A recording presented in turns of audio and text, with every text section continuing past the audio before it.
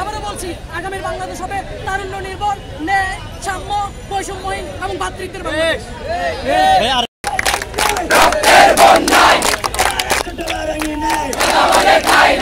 আমরা আমাদের আজকের কর্মসূচির মাধ্যমে স্পষ্ট বার্তা দিতে চাই, কেউ যদি এই অস্থিতিশীল পরিস্থিতিতে আমাদের রাষ্ট্রের কান্তি লগ্নে কোন ধরনের সম্পৃক্ততা থাকে কারো, এবং এই খবর যদি ছাত্র সমাজ জানে, আপনাদেরকে আমি জানিয়ে রাখতে চাই, আপনারা শক্ত হাতে তা প্রতিহত করবেন।